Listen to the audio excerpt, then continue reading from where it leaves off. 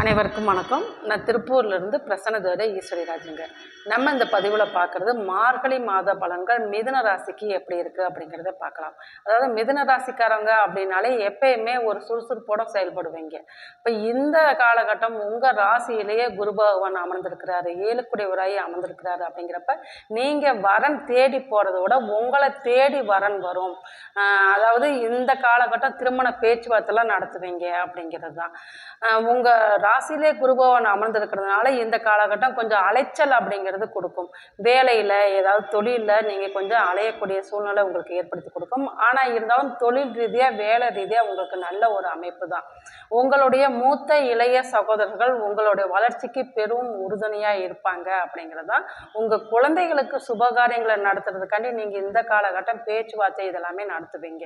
உங்கள் மனம்ங்கிறது நிலையாக இருக்கணும். அப்பப்போ நீங்கள் மனம் மாறக்கூடியவங்களாக இப்போ ஒரு பேச்சு அப்புறம் ஒரு பேச்சுங்கிற மட்டும் நீங்கள் கவனம் தேவை.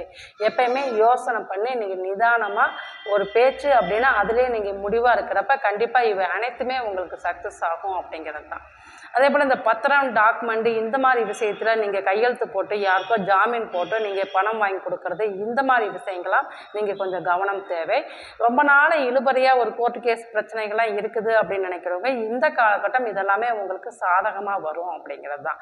உங்களுடைய வழிபாடு அப்படிங்கிறப்ப பொதுவாக இந்த காவல் தெய்வ வழிபாடு அல்லது இந்த அண்ணன் தம்பி வழிபாடு, அதாவது பெரியண்ணா சின்னண்ணா இந்த மாதிரிலாம் ரெண்டு அண்ணன் தம்பியை வச்சு வழிபாடு பண்ணுவாங்க.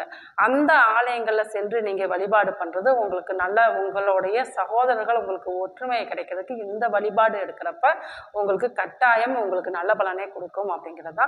இது போல் ஜோதிட தகவலுக்கு நமது சேனலை சப்ஸ்கிரைப் பண்ணிக்கோங்க. நன்றி.